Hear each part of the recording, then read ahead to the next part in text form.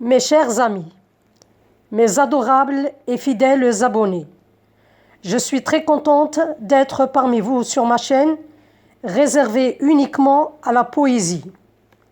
Je vous souhaite une bonne écoute. Regardez la vidéo du début jusqu'à la fin. Mes remerciements anticipés.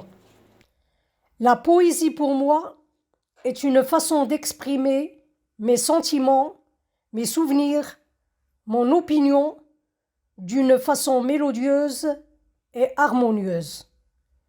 La poésie, c'est l'ensemble des mots, des idées cachées au fond de nous.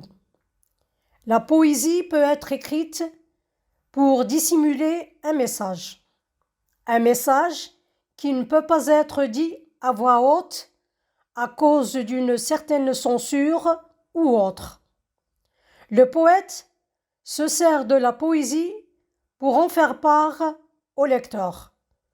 En linguistique, la poésie est décrite comme un énoncé centré sur la forme du message où la fonction poétique est prédominante. Mes poèmes. Avec amour, je brode mes poèmes en les faisant jaillir des fins fonds de l'âme.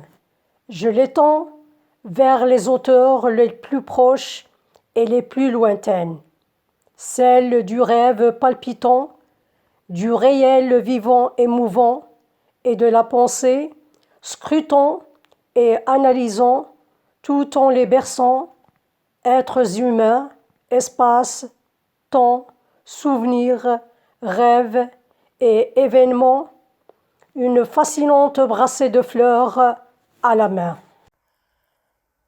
Une larme brûlante. Une larme brûlante.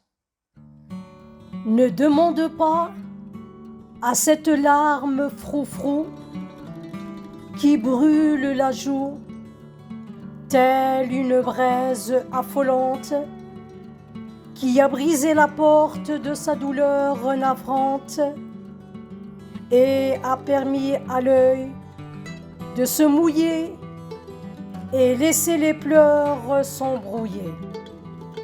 Je me demande qui a suicidé sur les lèvres le sourire et a fondu le cœur pour l'agonir. Qui a soutenu les roses renfrognées dans leur solitude et a permis aux nuées de les arroser avec plénitude.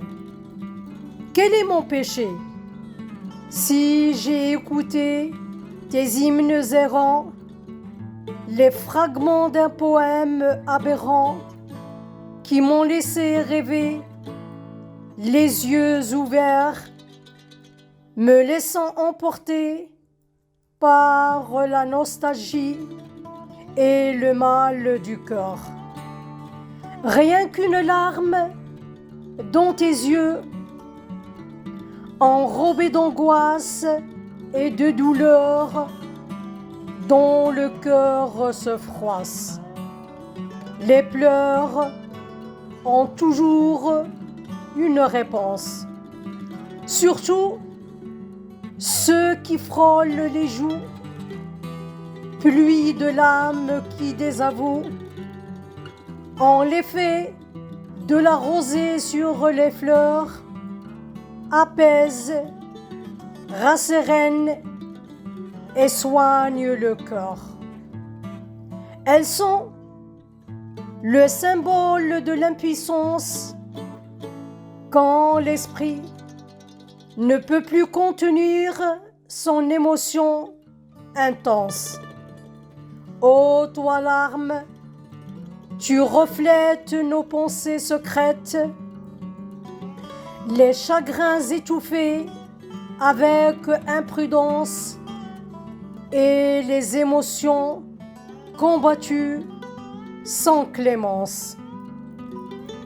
Les craintes superstitieuses, les souffrances vagues et fastidieuse. Les larmes sont des grâces, elles nous consolent lorsque nous regardons l'épouvante en face. Elles ouvrent le chemin à l'espérance. Parfois, le temps défile sans laisser la moindre chance dans l'indifférence et aussi pour fuir les souvenirs de l'enfance. Quand le présent s'échappe, le passé nous traque, on verse de chaudes larmes, on tourne la page, on s'arrête un long moment pour rattraper le temps volage. Parfois, on pleure sans raison, ni trahison. Pleurer est une délivrance, un don spontané, un écoulement de l'âme en aberrance au travers du corps pour éclaircir nos idées noires. Pleurer est un médicament doux et naturel. Mais les larmes invisibles qui coulent à l'intérieur de nous ont de grandes séquelles et sont les plus difficiles à sécher. Un regard est sans lésionnel, des mots doux qui réchauffent l'être aimé, effaceront les larmes qui coulent sur les joues, car ce ne sont pas les yeux seuls qui pleurent, ce sont aussi le corps et l'âme, grands agitateurs. Une larme est le trop-plein de l'âme en détresse. Elle exprime tantôt la joie, tantôt la tristesse. Ce ne sont pas les yeux seuls qui pleurent. Quand l'amour éveille notre sympathie, quand la vérité est déclenchée par le regard approfondi.